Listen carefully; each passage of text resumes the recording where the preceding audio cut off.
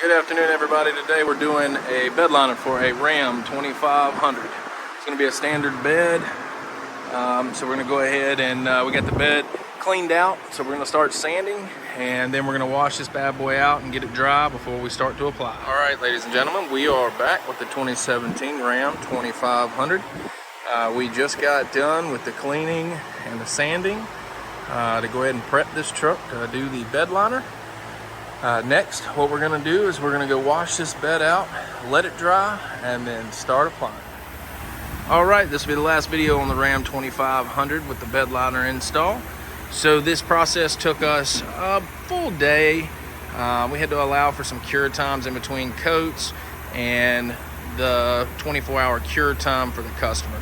So just keep in mind, when getting a bed liner installed by North Carolina Trailers, you drop it off in the morning, you can pick it up the following day. So we appreciate you. Stay tuned for more content and come by and see us.